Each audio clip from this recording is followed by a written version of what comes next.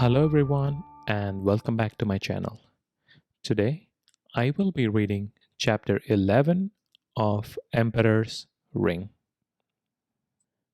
It had already been decided that we would first go to Lakshmanjula, spend most of the day there, and stop at Rishikesh on our way back.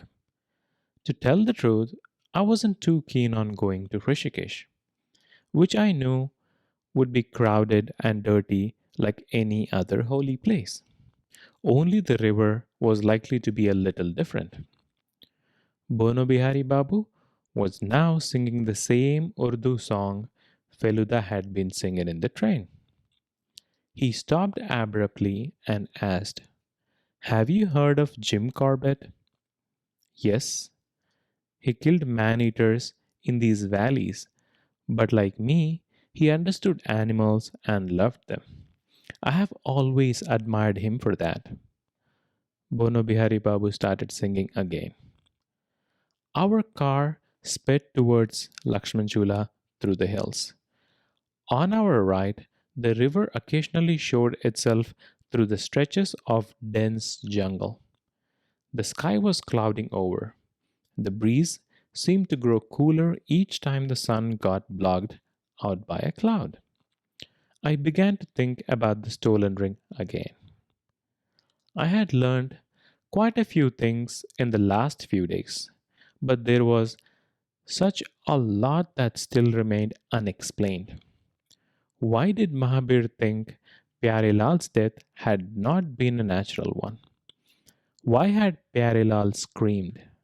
Which spy had he tried to talk about? Was it someone we knew, or was it an outsider? All these thoughts chased one another in my mind as I glanced about idly. My eyes suddenly fell on the rearview mirror. I saw Feluda in it, looking intently in front of him. I turned my head. He was staring at the driver. My eyes turned automatically in the same direction. Then my heart seemed to stand still. On the driver's neck, between his turban and shirt collar, was a long scratch.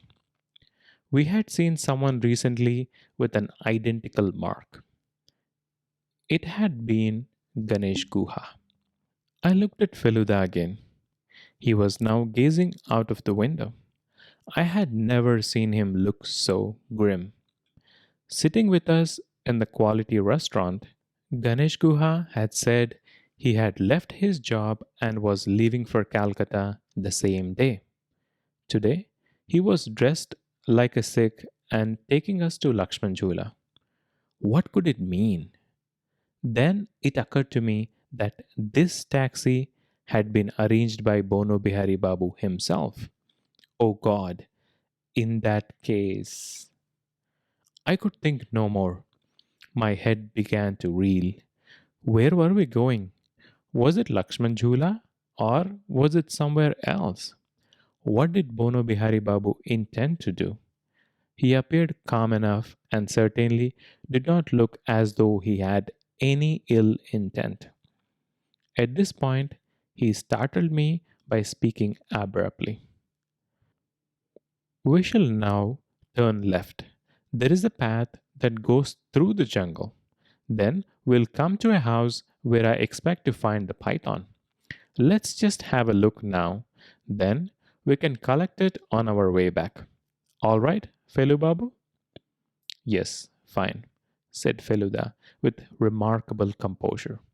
But I couldn't help but ask, didn't you say the python was in Lakshmanjula? Bono Bihari Babu burst out laughing. And who, he asked, told you this is not Lakshman Jhula?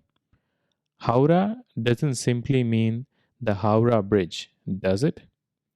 It means a whole region. Lakshman Jhula begins from here. The bridge over the Ganges is more than a mile from here. Our car took a left turn into the jungle.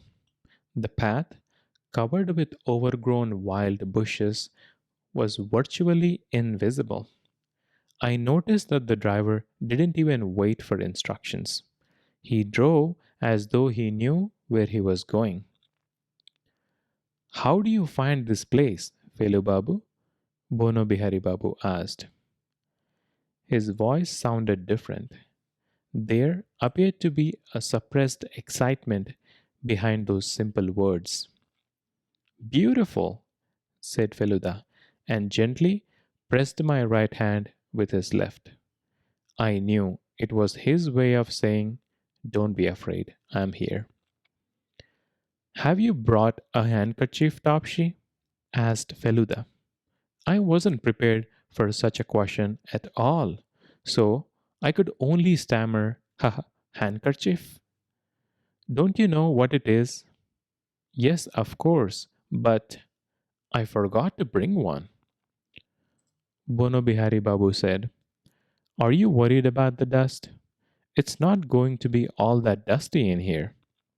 No, it's not the dust, Feluda replied and stuffed a handkerchief into my pocket. I totally failed to see why he did this. Bono Bihari Babu's tape recorder was lying on his lap. He now switched it on. A hyena started laughing amongst the trees. The jungle was getting denser and darker. In any case, the sun was probably hiding behind the clouds. I wondered where Baba's car might be. Could they have reached Ratnanjula already? If anything happened to us, they wouldn't even get to know. Was that why Bono Bihari Babu had allowed them to go ahead? I tried to muster all my courage. Although I had every faith in Feluda, something told me every bit of his own courage and presence of his mind was about to be tested. Our car was now crawling along in deep jungle. Bono Bihari Babu had turned off the recorder and he was not even singing. All I could hear was a cricket and the crunch of leaves under the wheels.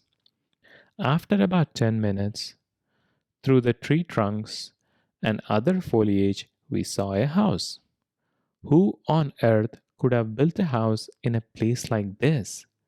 Then I remembered an uncle of mine who was a forest officer. He was supposed to live in a house in the middle of a forest with just tigers and other wild animals for company. Perhaps this was a house like that. As we went closer to the house, I realized it was made out of wood and had been built on a raised platform. A wooden staircase went up to the front door.